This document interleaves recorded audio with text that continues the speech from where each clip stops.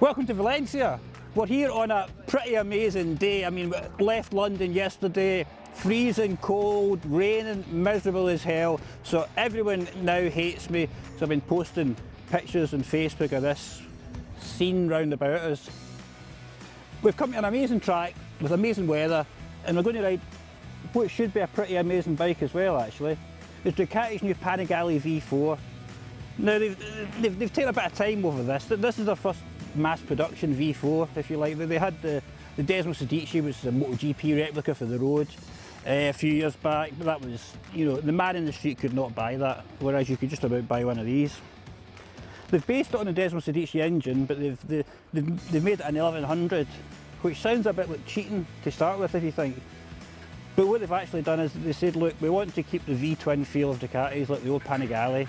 They want lots of torque, lots of drive. So to do that, but still get the peak power, they've made it an 1100. So we've got an 81mm bore, slightly longer stroke than the MotoGP bike.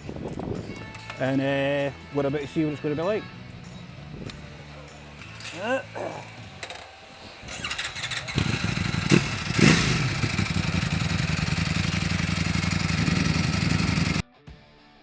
Now there's always lots to think about on any new bike launch, especially a completely new model like this. But there's even more than usual to think about here. Not just because it's a big fancy red V4, although that is important. It's the first production V4 road bike for Ducati, and there's a few unusual things about it. First up, they've made it an 1100 rather than 1000 like the rest of the class, and I'm a bit curious about why they've done that. The next thing you think about is Valencia itself. I don't know if you've been here, you'll know it's quite a tight, twisty track. You know, it's got a big long straight and a couple of faster corners, but a lot of the infield section is quite technical. You know, it's twisty. I've been around here a few times on 600s before, and they've felt really good around here. So this thing makes 214 horsepower, for Christ's sake. You know, how are we going to manage to muscle this thing round here in the middle? It's a proper MotoGP racetrack, you know, but just a bit tight and nadgery. I was a bit surprised when Ducati said they were launching it here. I thought they'd be going to Qatar, Sepang, Circuit of the Americas, you know, somewhere with massive straights and really, you know, high-speed corners, but they haven't. The stats of the new V4 are amazing. Ducati's, it's made a 4-cylinder motor to replace its 1299 V-twin Panigale. And it's given it that displacement boost, you know, Aprilia, BMW, Kawasaki and the rest, they've stuck to 999cc limits for their litre engines, but the Panigale doesn't give a damn. It's 1103cc, 1103cc, and that's putting out 214 horsepower with like Hayabusa levels of torque, nearly, so 90 foot-pounds of torque. And the chassis only weighs 174 kilos dry. You know, it's incredible when you think about it. So why is their engine so big? And why they launched it here at this tight technical track? Well, the presentation earlier, the engineers explained the capacity, which was actually fairly plausible for lies from a manufacturer, obviously. They said they want to keep the low and mid-range grunt of the big V-twins, which is a laudable aim, and I applaud them for it. Adding that 104cc lets them do that on the V4, but they still get the stonking top end power that they wanted to get from the 4 cylinders. They reckon they sorted the handling right out as well. This isn't a flat out, you know, mega horsepower mega blaster. It's a fine honed precision instrument, they reckon, and it should be able to carve the corners as well as it slaughters the straights. So there's only one way to find out about this, isn't there? Which is to get out and ride the thing. Which is what we're going to do now. First session on, you know, any launch, it's about getting your head around the track and rebooting your ride. And I mean, I've spent the last few months riding about, you know, a frozen Britain on my winter hack Birdman, and a bit different here. I've got the first and the last thirds of the track pretty straight in my head, but I'm just trying to remember the middle bit. I've been here a load of times, but not for quite a long time. So first session, bimbling round, warm up.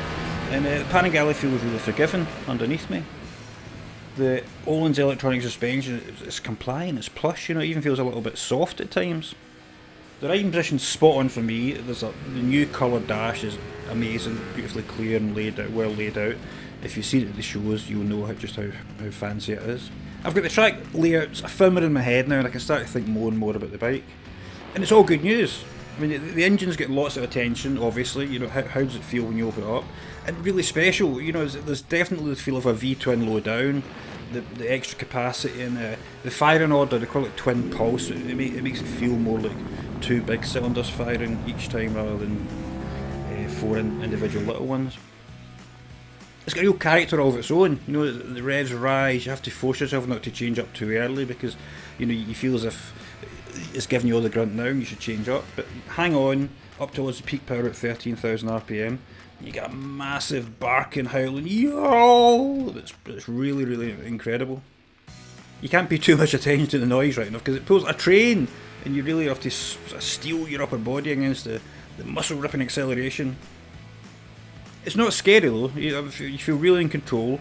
The feeling's clean, crisp. The twist grip's really progressive and controllable, and you don't feel like a passenger that sometimes you think you might do on a really powerful superbike. We're halfway through the day now. Lunchtime. We come in for a bit of a break. Thank goodness, because I am not fit enough to do this bike at this track. Very intense, lots of hard work, but the bike makes it really, really easy. The power is just smooth, progressive, there's loads of it. What you have to watch not to sort of think it's a twin, because it does feel a bit like a twin, but you keep changing up too early, so you've got to let the revs build, and then the sort of power comes in. All in suspension. First session you thought, oh, this feels a little bit soft. Not at all. You know, as you build up your own pace, the suspension adapts and just, you know, almost disappears. You almost don't notice it, which is the trick with good suspension, I suppose. Brakes are amazing. It's got the new Stylema calipers from Brembo, exclusive to this bike for this year. Lighter, stronger, more air cooling. 330mm discs, so you know, just incredible stopping. You know, there's a few bits on this track where you're really hard on the anchors, and down the straight, down into third for the turn one, and the brakes get you out of any trouble you get into. Out for the next session, and I'm thinking a bit more about the rest of the bike now. Pirelli tyres are amazing. The Ducati's, it's got as standard, it's got Supercorsa SPs on there, which has got a new 260 section rear, and it just even more grip all round. And considering the torque and power getting hammered out of it, it doesn't miss a beat. The front tyre's good, stable on the brakes, and there's loads of feel coming out through the Owens fork.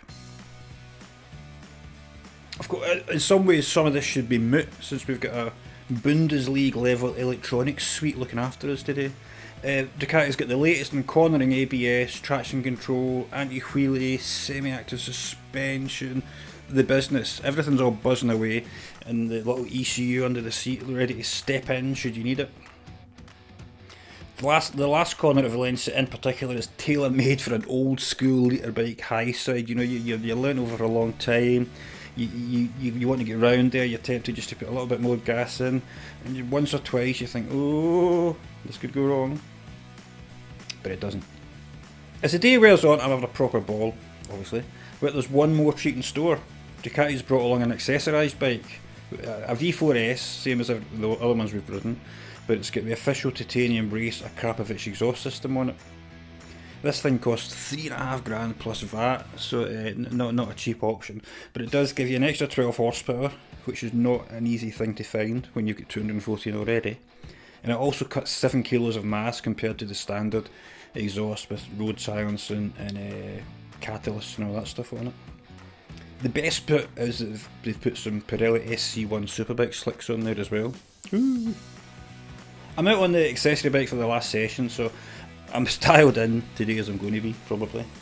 Fatigue setting in, of course. It's been a hard day for somebody that's maybe not totally bike fit. I perk up instantly as the slick-shod V4 howls out the pit lane. It scarcely seems possible that anything can feel faster and more brutal today, but this manages it in spades. Throttle response is sharper, there's more grunt, more torque, and you feel like you could use a higher gear through a lot of the second and third gear corners. The slicks are a revelation, as they always are. Whenever you ride on track with proper racing tyres, it always makes you feel a bit funny down there. Stunning grip, even more telepathic steering than even the lovely Supercorsas had. Yet it still feels sophisticated and civilised. It's not turned into something horrible and nasty and hard-edged. You still feel as if this bike's going to look after you around here, whatever happens. Day's done. It's time to go home, sadly. Fair play to Ducati. They've made what must be a really hard change for them. Bologna and V-twins goes together like Ingolstadt and Quattro or Munich and Boxers. You know, it's a real part of the DNA of Ducati. But they got to the end of that road. You know, they kept making the engine bigger and bigger, and it's like, oh god, how, you know, are we going to have a 2-litre V-twin soon? You know, just not possible. Try to make a V-twin match 4-cylinder power. You know, they were getting to the end of the road really. Now, but there's an all-new canvas to work on for them. Masses of potential, loads of development headroom, well into the 2020s. You know, the next 10, 15 years they'll still be working on this engine. It's an expensive super premium product, you know, I mean, 20 grand for the base model, 24, 25 for the S we're riding today, so you'd expect it to be good, and the cynics out there will be shaking their heads and going, yeah, yeah, yeah. But I think you really are getting something incredible for your cash.